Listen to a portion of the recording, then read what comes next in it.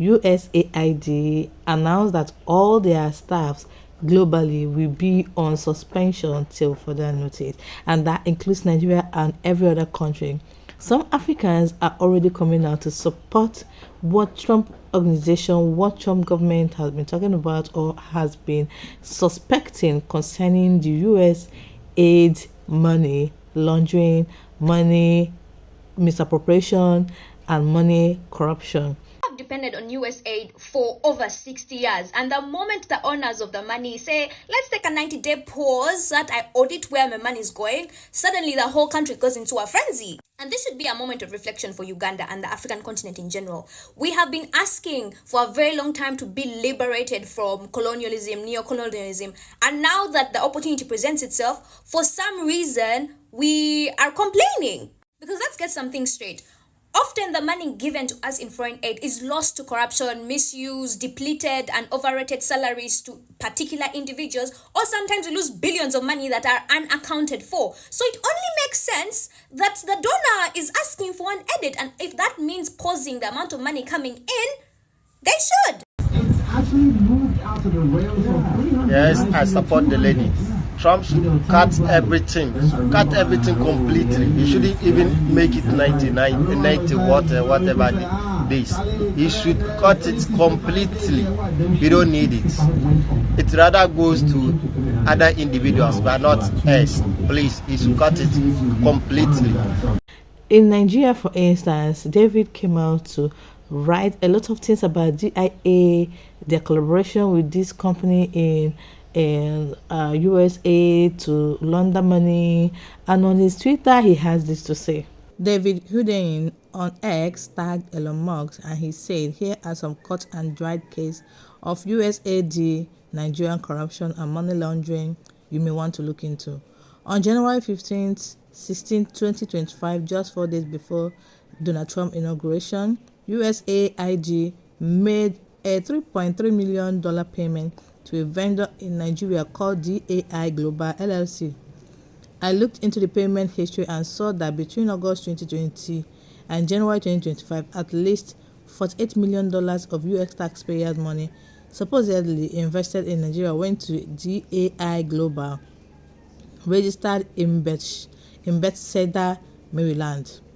So I looked into DAE activities in Nigeria, and it turned out to be a run-of-the-mill climate NGO, which organizes meetings and seminars and stages photos with politicians and little else.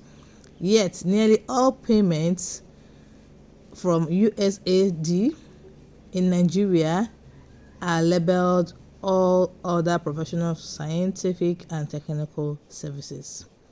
And last published an output in Nigeria in 2020. So what exactly has revived $48 million for over that period is anyone's guess.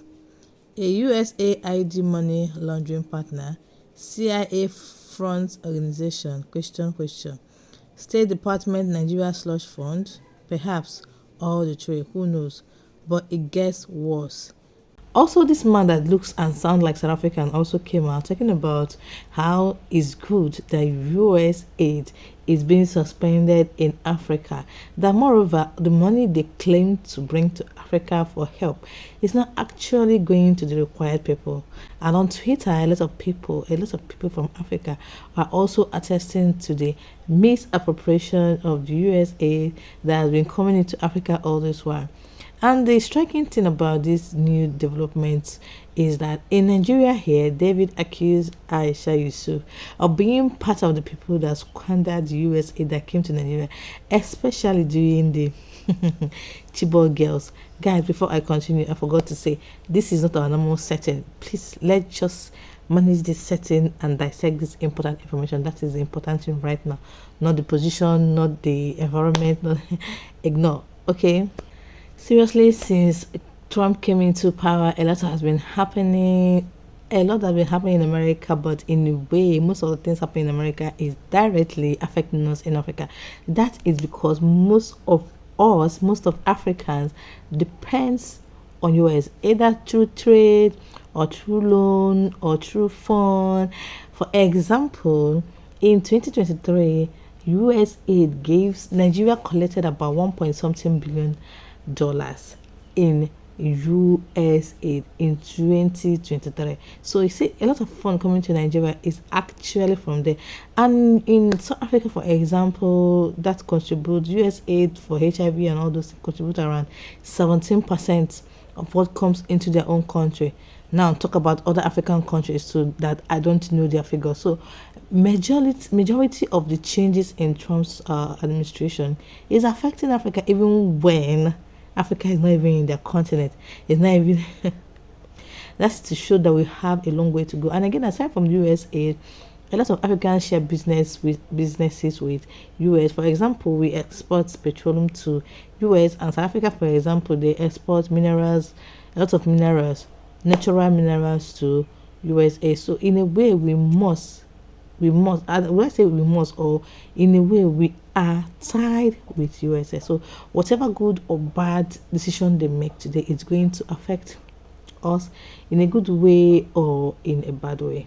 Just the last time, a few days ago, Trump kind of launched an investigation in South Africa against the rumor that has been ongoing on the internet about South Africa discriminating the white South Africans over their grabbing their farms and their lands and blah blah blah blah blah. And I'm like, South Africa is an independent country. They are free to do whatever they want. They are free to do, but I guess it's not actually the way people sound it on the internet. That is not the way it's happening there. Because I can't believe any sane government will be grabbing lands just like that. And in my video that I made about that, I kind of explain on what ground, legally on what ground that government can take your land and the compensation that will be awarded to you. So I believe they do the land grabbing, if there is any, through the constitutionally stipulated method and means of doing it. So that is it about that one. And a lot has been happening. Like, this Trump administration is full of drama in a very, very positive way, if you ask me. Because some people, it might not be funny, like people that are being deported, like plus 4,000 something Nigerian are off for deportation. We have not seen them here in Nigeria, but I believe the process of deportation is still ongoing. So a lot of things, guys. I just say, let me come and put out this out there. This is not a normal setting, like I said before. Please overlook. Thank you guys for watching. Give this video a thumbs up if you like it. Don't forget to subscribe. I'll see you guys in my next one. Bye.